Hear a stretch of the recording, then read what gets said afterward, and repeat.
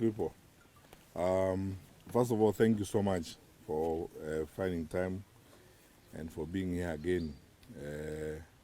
As you know, this is our second day in this part of our country where we are looking at the security challenges in this general area and belt.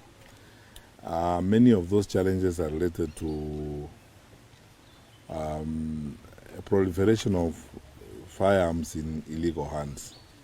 We were in Marsabit yesterday, and today we have called the county security teams of Isiolo and Meru to look at this and many other issues related to insecurity in this area. It's a challenge of a boundary between Meru and Isiolo. It's a challenge because of attempts on both sides to politicize an issue that has no politics at all, because under the Act, the boundaries are very well defined. The districts, as we knew them then, now counties, and the provinces, now regions, are defined clearly by the law. It's not for us as administrators or as security people to discuss boundaries. It isn't even actually for political leaders an issue to be discussed. If they're interested in the changes in the boundaries, they know what to do in terms of amending the law and negotiating amongst themselves to deal with that. For us as administrators and as security people, we work strictly according to the prescriptions of the Act and the boundaries as defined by the Act. So we've spent quite some time this morning with colleagues from the two counties and the regional security team in Eastern, and we have reviewed the security incidents that happened here the last 3 months, where the challenges are, and the reports we have from the field. We have made critical decisions. One of those is to review the deployment of formed units along the boundaries between the two counties. We have about 6 GSU units. We have an RDU unit here. The Inspector General and the Deputy Inspector General are going to put in a team working together jointly with the security team in Meru and the security team in Isiolo to relook at the deployment and placement of this unit so that we create a sufficient and effective buffer to ensure that interactions between the two counties are peaceful, as it were. We've worked on a new structure of resource sharing. Due to climate change, as you know, and the challenges we have, of drought, herders are moving from neighboring counties like Samburu into these areas. And the contact or the interaction between herders and farmers is causing us pain across the board, because this is, one of the triggers of conflict in this area. We now developed a mechanism of putting together the communities that are involved through their leaders and county governments to now start working on resource sharing protocols, so that in cases where we have to share resources inevitably because of the environmental challenges that we have, it's done peacefully and we do not have to senselessly lose lives, as it were. We have reviewed a number of things, but 2 are of great significance, and I would like to point out today that we have agreed in principle that for the eastern part of our country, we will consult with the Ministry of Lands on the adjudication exercises that are going on now, with a view to carrying on with those that are not controversial and putting on hold those that are controversial. Because if we put so many balls in the air, we are going through an electoral season, and then we are trying to solve controversial land adjudication at the same time prepare for elections. One could be held hostage by the politics of the time and cause unnecessary conflict amongst our people. So there are areas where we are going to request our colleagues at the Ministry of Lands, or advise them, as it were, to hold over adjudication so that we can come to them later on when there are less passions, when nerves have cooled down after the campaign season. Secondly, we have agreed generally, all of us, that we do a review of the administrative units in these areas, especially in the 2 counties. What that means is that we will not create new administrative units until we've had sufficient public participation. We've gotten reports from the security teams on the ground, so that when we create new administrative units, we are informed by facts on the ground, a measure of concurrence and agreement amongst the leaders of the areas involved, as it were. Because even as we try to create some of these administrative units, with all the good intentions that we have, slowly but surely it begins to look like with every unit that we are creating, we are engendering a new conflict, because there is a new part of the county, or a new part of this region that is asking for a different area of administration.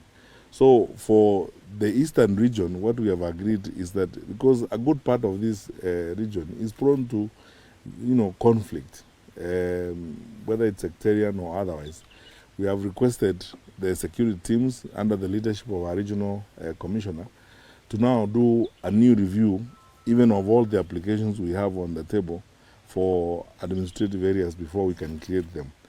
This will enable us also, as I said, to consult more and listen to more leaders and more opinions before we make announcements.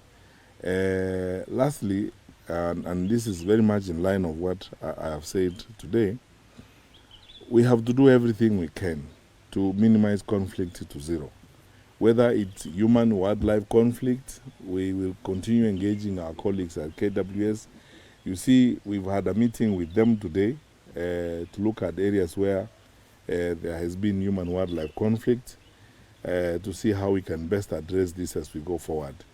Our determination as government remains minimizing avenues for conflict to zero, so that our country can be peaceful even as we go through this election season. We are satisfied with the preparations that our colleagues have made. We have been briefed by the regional security team in Eastern. We have been briefed by the county security teams that we have met this morning. We are satisfied with the plans that have been made, and that they are actually ready to support the IEBC to conduct the general elections. We'll be doing a lot of this interaction with our colleagues in the field to be sure that we cross all the T's and dot all the I's in terms of preparing for the general elections, as it were. I'll end my remarks by, again, on behalf of my colleagues who are here with me, including our Inspector General of the National Police Service, Mr. Hilary Mutiambai, the DIG, my senior colleagues in administration from Marambe House who are here with us, our Secretary for Internal Security and our Secretary for National Administration, and the security chiefs in this region, the police command, the entirety of the police command that is working with us. First, to thank them for the wonderful work that is going on in our country, and I can confidently say we are peaceful. We don't anticipate any unusual cases of conflict. But again, ask fellow Kenyans, especially our brothers and sisters in the political leadership, to exercise restraint, to also join us in doing everything they can to ensure that our country remains peaceful. We desire and look forward to peaceful campaigns. We will observe all rights as provided for in our constitution and in all the laws of the land. Everyone has got freedom of association, freedom of assembly, and freedom of expression, defined within the parameters and the caveats that are provided for, again, in the law in terms of exercise of responsibility and restraint for the sake of the country. So we hope that we will all stay on that trajectory as we go forward. I thank my colleagues for the sacrifice and commitment that they continue to show in doing this work, and assure the country one more time that I think we are on course to having a peaceful election. We will do our part to support the IEBC as they prepare to conduct that election, and we hope that our fellow citizens, regardless of the role they occupy or play in this society, they will work with us and cooperate with us as we provide that simple service of security support to the IEBC and security leadership to the country. Thank you very much. Maybe a question was, remember that in Meru County, the county assembly even legislated outlawing the entry of camels into their territory. Even the civilians know that they are outlawed. And whenever the camels cross, that's when hell breaks loose. How do you maybe intend to approach that now that is actually a bylaw on the other side? Well, I have to be honest with you on this matter. That decision by the Meru County Assembly is regrettable to begin with. First of all, because you can see clearly it's discriminative, but it's not in my place to run commentaries on decisions that have been made by an elective body that is exercising a constitutional mandate. It's for others and other avenues to challenge the decision or to question the decision.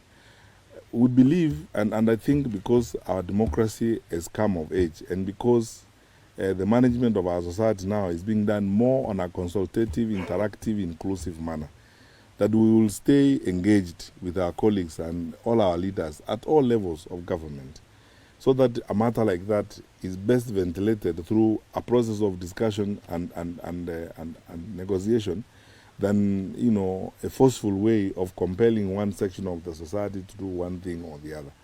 I believe personally that our administrators and you know, using the structures of alternatives dispute resolution will engage. You know, there is no end to solution seeking, as it were. As long as we live together and as long as we live in the same country, we must at all times be on the path of seeking solutions to present-day problems. And that is a matter that we all need to work towards resolving. Because obviously, there are people in that county who own camels, or there are people in that county who would like to own camels. Because there are people in that county, I believe, who would like to engage in camel trade, whether they are selling camel milk or whatever the case may be. Now, I believe those leaders in making that decision are also available for consultations, and some facts will be brought to their notice, and through discussion they will realize that they probably need to relook at that decision. As government, we will also be using lawful structures, I underline lawful structures, to request them to reconsider that decision. We must respect their authority and their powers according to the Constitution, but we are going to use lawful structures to request them to reconsider that decision, because it's unnecessarily discriminative. And whatever objective they have, they can still achieve it without going that direction. And as I said, we are more inclined towards, you know, discussing our problems and looking for solutions, first of all, together, before we throw the rule book at people, or before, you know, we throw the force, you know, of our instruments of power at people. Because that's what this country requires, that we talk to one another, we listen to one another, and as we move forward, we try to solve our problems by, you know, consultatively talking to one another. And that's how we are going to approach that as we go forward. And we will work through our administrators in the region, our regional commissioner and his team, our county commissioner and his team. We will look for a lawful way of engaging with those leaders. And I underline the word engaging with them. We will not talk at them, we will engage with them. And I believe they will see our side of the story, and they might, you know, probably find it very helpful to reconsider that decision. I hope they will. Thank you. Thank you.